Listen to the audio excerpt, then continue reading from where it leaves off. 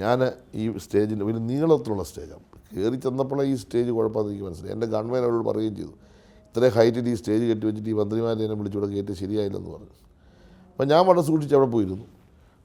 ഞാൻ ഇരുന്നതിൻ്റെ ഇപ്പുറത്താണ് ഈ വിളക്ക്, അതിൻ്റെ ഇപ്പുറത്താണ് മറ്റുള്ളവരിക്കുന്നത്. ചന്ദ്രമല സാറുണ്ട്, DIG ഉണ്ട്, അവിടുത്തെ SP ഉണ്ട്, ഒത്തിരി പേരുണ്ട്. അപ്പോൾ MLA വരുന്ന സത്യത്തിൽ ഞാൻ കണ്ടില്ല. MLA വരുമ്പോൾ ട്രയൽ ആരംഭിച്ചു. ഭയങ്കര ശബ്ദം എന്ന് പറഞ്ഞാൽ ഭയങ്കര ശബ്ദമാണ്. പിന്നെ ഈ ഒരു 2-2.5 ലക്ഷം ആളിരിക്കുകയാണ്, ഭയങ്കര ആളാണ്.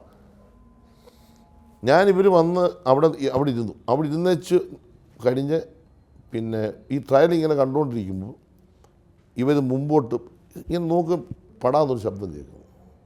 എന്താ അവിടെ സംഭവിച്ചെന്നില്ല. ഞാൻ നോക്കുമ്പോൾ ഇവർ എടുത്ത് താഴ്ത്ത് വീഴുക. ഇവരെങ്ങനെ വീണോ, കാലുമെടുത്താണോ, തള്ളിയിട്ടതാണോ, അങ്ങനെ നമ്മൾ കാണുന്നില്ല. കാരണം നമ്മൾ ഇങ്ങനെ സൈഡായിരിക്കും. സത്യത്തിൽ ഞാനാണ് വിളിച്ചു പോയത്. ആര് കേൾക്കാൻ? ഈ ഭയങ്കരമായ ഈ മൈക്കിൻ്റെ ശബ്ദമാണ്. അപ്പം താഴെ വീണ് കഴിഞ്ഞപ്പോൾ തന്നെ ഇവർ ബോധം പോയി. അപകടം എന്ന് പറഞ്ഞാൽ അങ്ങേയറ്റം ക്രിട്ടിക്കലായ ഒരു സ്ഥിതിയാണ്. ചെറുതായിട്ട് ബ്ലഡ് വരുന്നതായിട്ട് എനിക്ക് തോന്നി. അപ്പോൾ ഇവരെ വിളിച്ചു. ഈ മേളിൽ നമുക്ക് എടുത്ത് ചാടാനൊന്നും പറ്റത്തില്ല, കാരണം ഒരു 2 നില കെട്ടിടത്തിൻ്റെ ഹൈറ്റാണ് ഈ സാധനം. അപ്പോൾ ഓടി വന്ന് ആംബുലൻസുകാർ വന്ന് ഇവർ എടുത്തു. പെട്ടെന്ന് ആംബുലൻസ് കയറ്റി വണ്ടി വിട്ടു.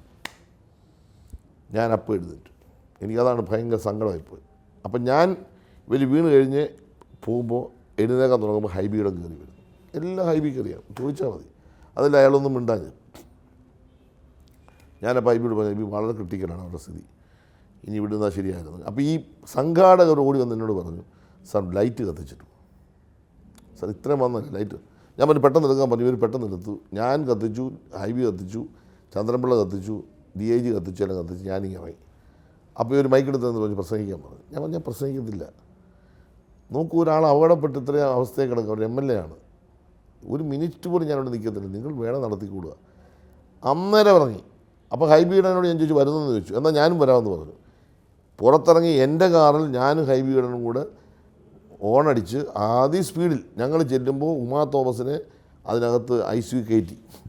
ഞങ്ങൾ ഹോസ്പിറ്റലിൽ ചെല്ലുമ്പോൾ എനിക്ക് തോന്നുന്നു ഒരു 3-4 പേരെ അപ്പോഴുള്ളൂ. അപ്പോൾ ഞങ്ങൾ ചെന്നു. അതിനുശേഷം മുഖ്യമന്ത്രിയെ വിളിക്കുന്നു, അതിനുശേഷം പിന്നെ രാജീവിനെ വിളിക്കുന്നു, അതിനുശേഷം ആരോഗ്യമന്ത്രിയെ വിളിക്കുന്നു. മുഖ്യമന്ത്രി നിർദ്ദേശിച്ച് ആരോഗ്യമന്ത്രി മുൻകൈ എടുത്ത് കോട്ടയത്തുള്ള ടീം വരുന്നു. നിങ്ങൾ മനസ്സിലായി, രാത്രി 11:30 മണിക്ക് ഞാൻ അവിടെ ഇരുന്നു. രാത്രി 11:30 മണി വരെ കോട്ടയത്തുള്ള മെഡിക്കൽ ടീം വരുമെന്ന് പറഞ്ഞ് രാത്രി 11:30 വരെ ഇരുന്നു. ജയകുമാർ ഡോക്ടറുടെ നേതൃത്വത്തിൽ ആ ടീം വന്ന് 11:30 രാജീവ് മൂവാറ്റുപുഴയിൽ നിന്ന് വന്നതിന് ശേഷമാണ് ഞാൻ രാജീവിനോട് പറഞ്ഞത്, ഞാനിപ്പോൾ പോവാണ്, വീട്ടിൽ പോകണം, ചെങ്ങന്നൂർ പോകണം, ഞാൻ നാളെ എത്താമെന്ന് പറഞ്ഞു. പിറ്റേ ദിവസം 9 മണിക്ക് നിങ്ങൾ ഉമാ തോമസിൻ്റെ മക്കളോട് ചെയ്ത് 9 മണിക്ക് കേരളത്തിൻ്റെ ഒരു മന്ത്രി, ഞാൻ വീട്ടിൽ പോയിട്ട് ചെങ്ങന്നൂർ നിന്ന് വീണ്ടും 100-110 കിലോമീറ്റർ കൂടി അവിടെ ചെന്നു. എന്നിട്ട് ഈ കോട്ടയത്തെ ഡോക്ടറുമായിട്ട് സംസാരിച്ചു, ഇവിടുത്തെ ഡോക്ടേഴ്സുമായിട്ട് സംസാരിച്ചു, മാനേജ്മെൻറ്റുമായിട്ട് സംസാരിച്ചു. അപ്പോൾ അത് കഴിഞ്ഞ് എൻ്റെ ഒരു ഫേസ്ബുക്ക് പോസ്റ്റുണ്ട്. അതായത് അപകടനിലയാണ് എങ്കിലും എത്രയും വേഗം അവർ ആരോഗ്യം വീണ്ടെടുത്ത് പുറത്തു വരും എന്ന് പറഞ്ഞ് ഞാൻ പോസ്റ്റ് വിട്ടു. അത് കഴിഞ്ഞ് അന്ന് ഞാൻ ഉച്ചയ്ക്ക് അവിടുന്ന് പോരുന്നത്. അത് കഴിഞ്ഞ് 3ാമത്തെ തവണ ഞാൻ ചെല്ലുന്നു, ഒരു 2 ആഴ്ച കഴിഞ്ഞിട്ട്. അപ്പോൾ ഇവർക്ക് ICU ഇവരൊക്കെ നമുക്ക് കാണാൻ പറ്റത്തില്ല. അവരുടെ മക്കളെ ഞാൻ കണ്ടു, കാര്യങ്ങളൊക്കെ തിരക്കി, ഡോക്ടേഴ്സിനോട് സംസാരിച്ചു. അപ്പോൾ കുറച്ചുകൂടി റിക്കവർ ചെയ്തെന്ന് പറഞ്ഞു.